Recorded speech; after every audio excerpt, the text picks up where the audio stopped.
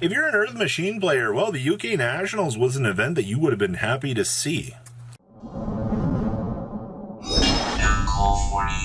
Don't make it 30% of you guys have not smashed the ever-living crap out of that subscribe button. Smash it so we can climb up the 100K ladder here. Your top 64 breakdown out of the United Kingdom is here, and we do have a few unknown deck lists for this. Just want to point that out here. When they did the breakdown, they weren't exactly the best tools in the shed for doing that, but you know what? All right, so we had 18 Punk. That was 2 events out of this weekend that Punk was the most dominating force out of the event. All right, like, it's actually scary to me just getting the chance to see like the overall power scaling that Punk has, basically had. When you initially looked at this format, you saw that Punk was gaining a little bit of steam, but you didn't think it would topple over Sword Soul or Despia. Well, in the overall long term, it has. Speaking of, we had 10 Sword Soul here.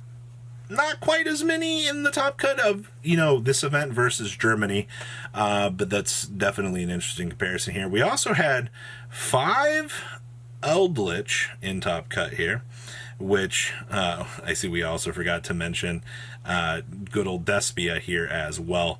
We had 8 branded, correction, okay, and then 5 Eldritch. And then we had 4 Flunderies. Flunder had a lot more higher representation here than I initially really expected, which is very interesting. Drytron actually ended up winning this event. I don't know if players just weren't ready for Drytron or if there was just something that players just didn't expect. I'm not really sure what the answer for that is.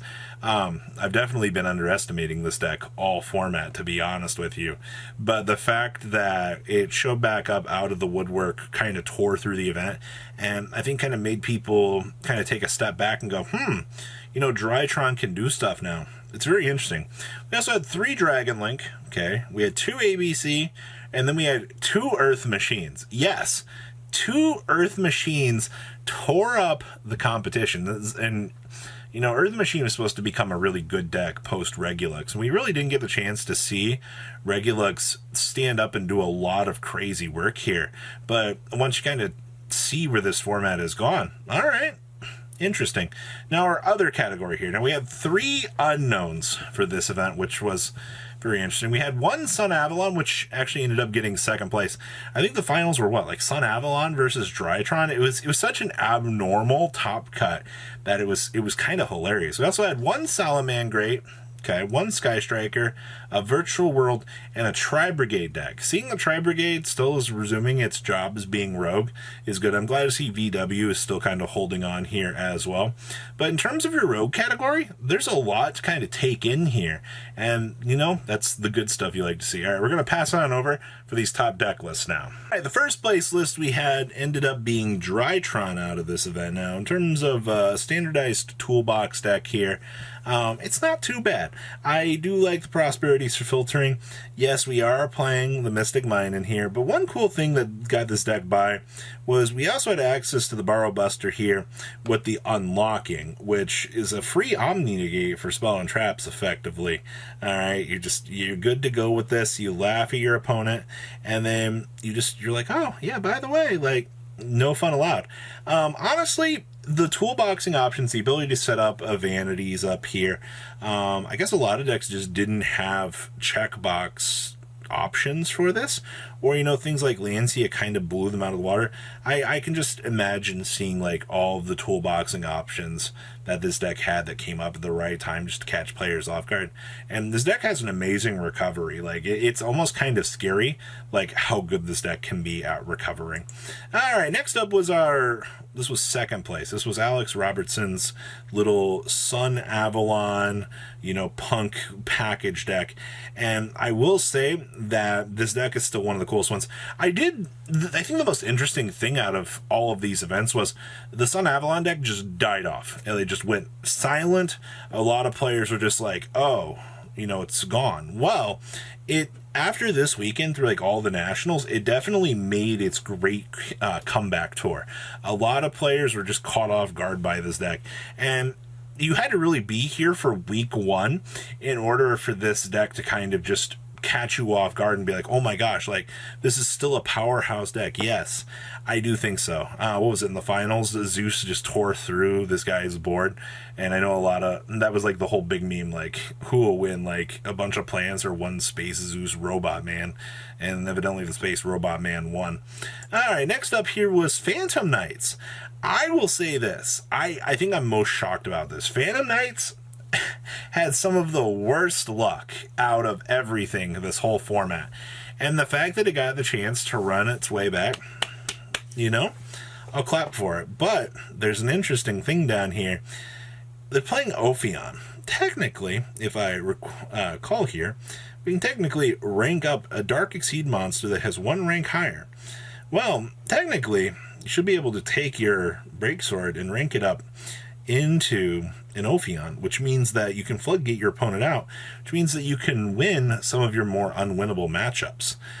Which, you know what? Setting this up against a Sword Soul player, the Sword Soul player is just going to go, what? Like, what's going on here? No infestation pandemics needed. Just have a walking, talking floodgate monster. You know what? It's innovative, and it's really what you need to see in order to survive out here in the current metagame. Next up here was, I believe, our top 8 for the Punk little full extender package, as we're going to call this. So this is Punk Thurion. So basically the cool thing about this deck versus, your more minimalistic builds, you extend out the package a lot more for this build. As you see here, we have Thurion Charge. Yes, you can play trade-in if you really want to. I did see some builds that were trying to get really cute, trying to play like 2 Thurion Charge, 1 trade-in. The trade-in's unsearchable, but the cool thing about the trade-in is you can trade in and charge in the same turn. It's not going to happen in every single game that you're going to do that, but you know what? It's a little things you can do. I see we have the Foolish Returns down here as well. That'll make our lives a little bit better. Outside of that, this deck's toolboxing options are some of the scariest in the modern format. And once again, if you're caught with your pants down playing against this deck, you're just going to have a really bad time. That's just, like, honestly the best thing to say.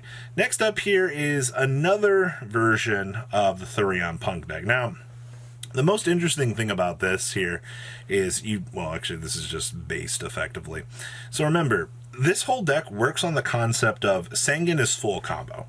You basically summon Sangan, you make the Almirage, and then you go search for the Crusader Arborea. Now, the Arborea does not activate any sort of effect. It's just a built-in summoning clause that special summons itself to a monster that a link arrow points to. And, of course, she's a tuner monster, so guess what? You can go ahead and do full combo. Yay, Hulky Fibrax. It's a little bit crazy to watch this actually resolve and can be a little bit unfair at times, but that's basically what makes this version of the deck so scary. When you just have a 1-card inherent starter with the chance to, start full combo, yeah. It's Yu-Gi-Oh! At its finest, ladies and gentlemen. Next up here was Farfa's top cut deck list. Now, I've talked infinitely about Sword Soul, so much. We're on Double Heavenly Dragon Cycle here. We opted to not play Vessel, which I think is fine. I've been seeing a little bit less Vessel. There was a lot more Triple Heavenly Dragon Cycle that was coming up with the cut of Vassal, but I feel like in this build, you can get away with the 2. Obviously, like, you have the board breakers in here to kind of, ring things out for you. We are playing the Synthana, which has become a little bit more standardized as well. You did see in the very early stages that Synthana was just not worth it for a lot of people, but I understand, like, your value tree for this. And then, of course, the entire side deck is just going to be board breakers, with the exception of the 1 DD Crow here to kind of, round things out a little bit more. I also do like the Psychic End Punisher down here. That's really cute. Haven't seen a lot of players try that out just yet, but if it does come up in an odd situation, you can just pressure your opponent. You gotta love it. And then the last list we have here is Despia Shenanigans. Now, the most interesting thing about this is the first Despia list that I've seen all format. All right, and I repeat, all format that has went back to the Rite of Armesia package. And it looks like it actually got the chance to work out. We used to use this, like, set up the Omni Negate and just kind of rolling out against the opponent. Not a lot of people realize it was also could make the Vertaniconda, but the way it looks, this is the first time. Maybe this is what we need to do. Maybe this is like the callback here to kind of run things back and see, but overall, I'm very happy to see that this was a successful weekend for Josh here. Definitely bringing this one on home. 43 cards does not feel bad at all for this. So what do you guys think? Please leave a comment down below. Tell me what you guys think. Make sure you guys smash the living crap out of that subscribe button so you guys don't miss out on more awesome content. And I will see your beautiful faces back here later on the day, guys. Peace out. Patrons, thank you.